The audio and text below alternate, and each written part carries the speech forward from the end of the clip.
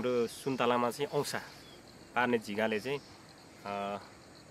एकदमै असर गरिरहेको अवस्था छ र यस्तो प्रजातिको छ जुन चाहिँ ब्याक्टोसिरा मिनाक्स प्रजातिको झिँगा हो। यसको चाहिँ जीवन चक्र चाहिँ 4 अवस्थामा हुन्छ। यसको फुल हुन्छ, अनि त्यस पछाडि लार्भा, अनि प्युपा, त्यसरी वयस्क भएर चाहिँ 4 अवस्था पुरा हुन्छ।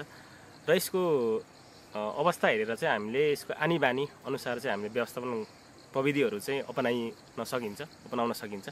र यसलाई व्यवस्थापन गर्नको लागि कसरी गर्न सकिन्छ भन्दाखेरि चाहिँ जस्तै अरू फलफुलमा लाग्ने झिँगाहरू व्यवस्थापन गर्नका लागि चाहिँ हामीले विभिन्न किसिमको मोहनी पासोहरू युज गर्दा हुन्छ। जस्तै अब हामीले लरेबालुईको व्यवस्थापन गर्नका लागि चाहिँ क्युलियर, अनि त्यस पछाडि अन्य फलफुलको लागि जस्तै आँप, लिचीहरूको लागि व्यवस्थापन गर्नका लागि चाहिँ मिथाइल युजानोल सकिन्छ भने, अब यसको लागि चाहिँ त्यस्तो खालको फेरोमोन ट्र्यापमा चाहिँ हुँदैन।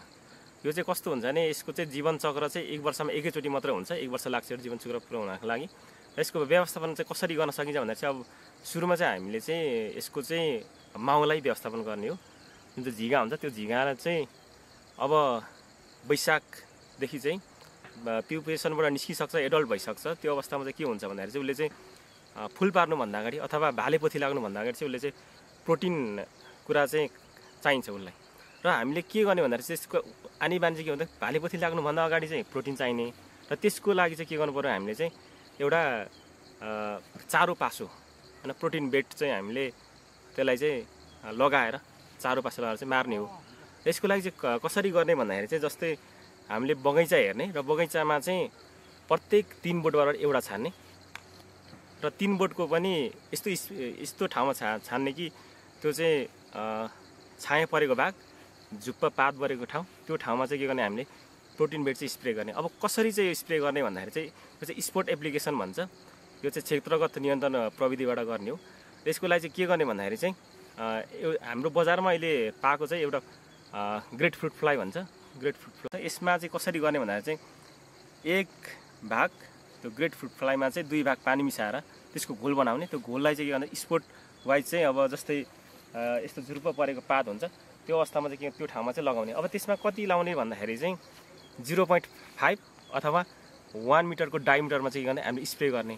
र त्यो ठाउँमा चाहिँ कहिलेदेखि स्प्रे गर्ने भन्दाखेरि चाहिँ हाम्रो यो वैशाखको पहिलो हप्तादेखि साउनसम्म चाहिँ स्प्रे गर्ने हो। प्रत्येक हप्तामा 1 पटक भनेको 10 पटक जति चाहिँ हामीले स्प्रे गर्दाखेरि चाहिँ के हुन्छ भन्दाखेरि चाहिँ त्यहाँनिर त्यो पोथी झिँगाहरू चाहिँ यहाँ चाहिँ प्रोटिन छ भनेर आउँछन् र खाएपछि मर्छन्। र के हुन्छ भने त्यो प्रोटिनमा चाहिँ ग्रेट फ्रुट फ्लाइमा चाहिँ एकदमै 1% एकदमै थोरै पर्सेन्टमा चाहिँ एभाब्याक्टिन भन्ने चाहिँ विषादी हुन्छ।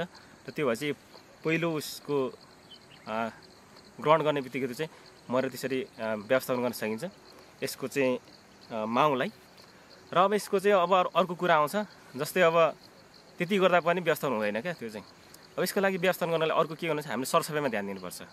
र अर्को कुरा हामीले के छ भने चाहिँ जस्तै हामीले सुन्तला टिप्छौँ, सुन्तला टिपेपछि ल्याउँछौँ, फेरि उधार्छौँ हामीले खानाको लागि, र त्यहाँ चाहिँ औँसाहरू हुन्छन्। र त्यो औँसा चाहिँ अब त्यो किरा लाग्यो भनेर फुत्त फ्याल्छौँ क्या।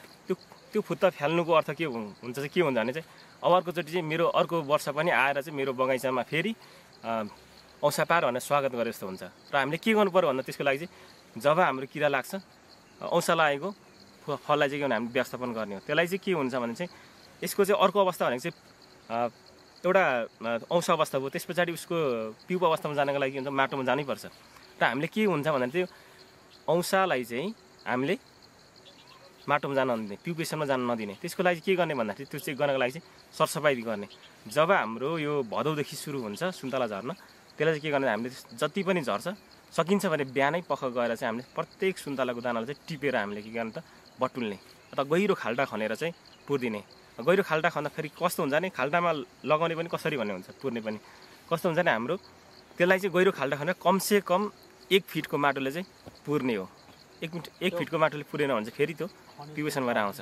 र यसरी चाहिँ हामीले यो जुन क्षेत्रगत नियन्त्रण जुन मैले अघि भने प्रोटिन बेडको प्रयोग गर्ने तरिका, यो चाहिँ अब हामीले एकचोटि मात्रै प्रयोग गर्नु हुँदैन। यो चाहिँ 2-3 वर्षसम्म चाहिँ प्रयोग गरियो भने चाहिँ यसको व्यवस्थापन गर्न सकिन्छ।